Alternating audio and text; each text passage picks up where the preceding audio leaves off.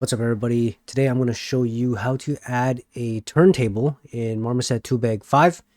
This is just going to be a really quick tutorial here. So here you have it. You have your scene set up. I've put in a camera. So this is camera 6. This is where I would want things to kind of spin around. Let's make sure that so the safe frame is on. This is, like I said, camera 6. This is where I want the cart to kind of spin around.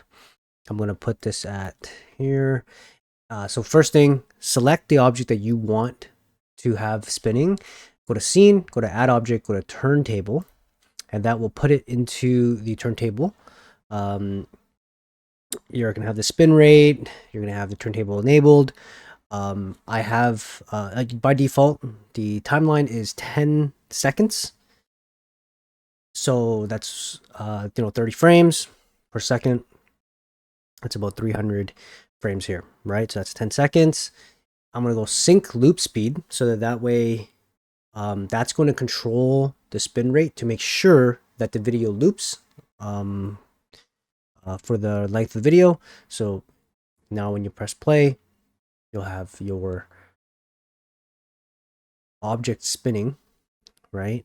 And then you can quickly just see how that looped, right? So here,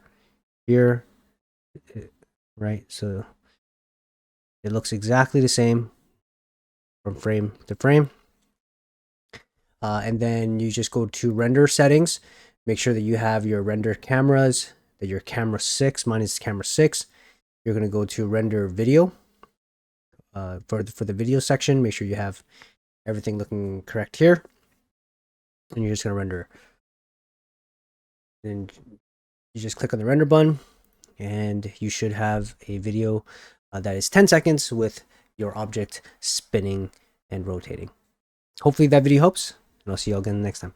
Bye.